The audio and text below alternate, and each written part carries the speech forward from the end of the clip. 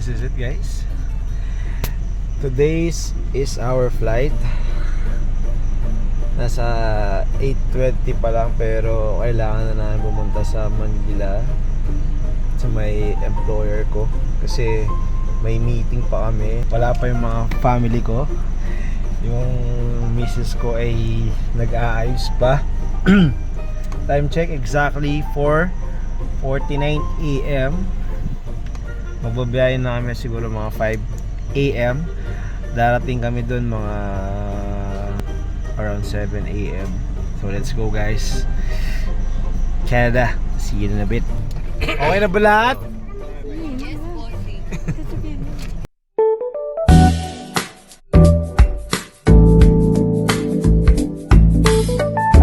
So yun na nga guys, nagbiyahe na kami dahil ay pupunta pa ako sa agency ko. Kaya dali-dali na akong bumaba din kadating ko. Punta na ako sa agency ko guys. Kukunin ko yung passport tapos may mga orientation kaming gagawin. Tara, samahan niyo ako.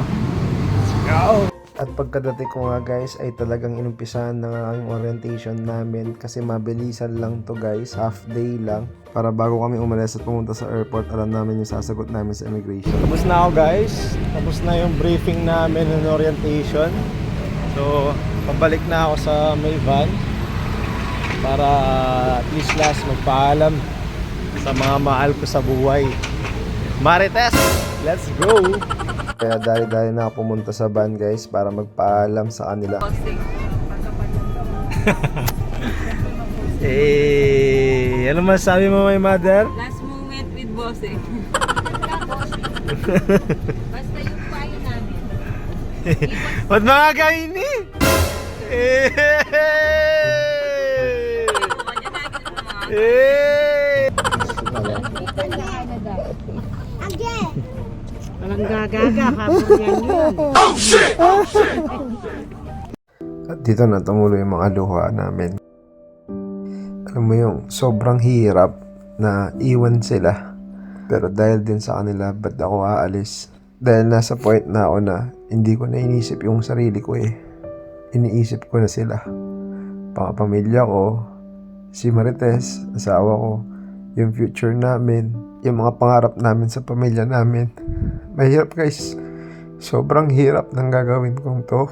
Hindi ko malubos maisip na darating pala yung point na kailangan ko silang iwan para lang, alam mo yun, kumita ng pera sa ibang bansa. Hindi madali, pero tandaan nyo guys, gagawin ko to kasi mahal na mahal ko kayong lahat.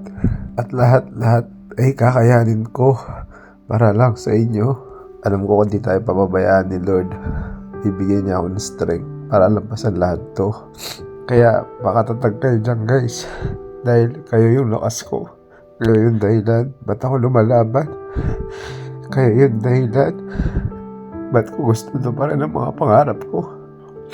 Kayo yung dahilan kung ba't ako nandito ngayon. Kayo yung dahilan kung ba't ako bumabangon araw-araw. Kaya tandaan nyo, hindi to ang uli. Dahil nag-uumpisa pa lang tayong tuparin lahat ng pangarap natin. Mahal ko kayo guys. Hanggang sa uli natin pagkikita. Paalam guys.